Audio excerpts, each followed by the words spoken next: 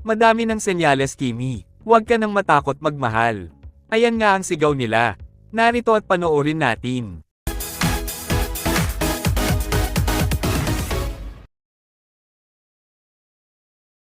Sa naging interview nga ng press kay Kim Chiu sa bagong endorsement nito na Bill Is, ay napag-usapan nga nila ang patungkol sa recent Instagram story ni Kim Chiu.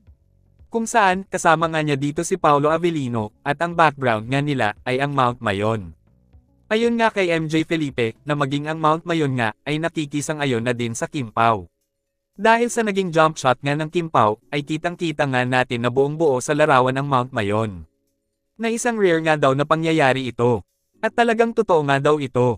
Ayon kay Boom Carms, totoo yun, Bicolana ako. Haha, lalo first timer kayo doon. Dami na senyales, Kimi. Huwag ka na matakot magmahal. Kim Pao lang, masaya na. Hanggang anak nyo, subaybayan namin. Sana nga daw, ay huwag matakot muli si Kim Chiu na magmahal.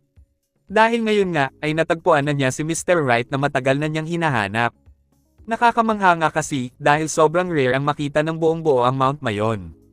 At nagkataon pa na ang Kim Pao mismo ang nakasaksi nito.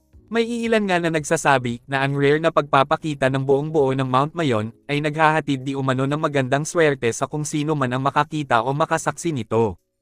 Kaya naman, talagang wala nang makakapigil pa kina Kim Chiu at Paolo Avellino.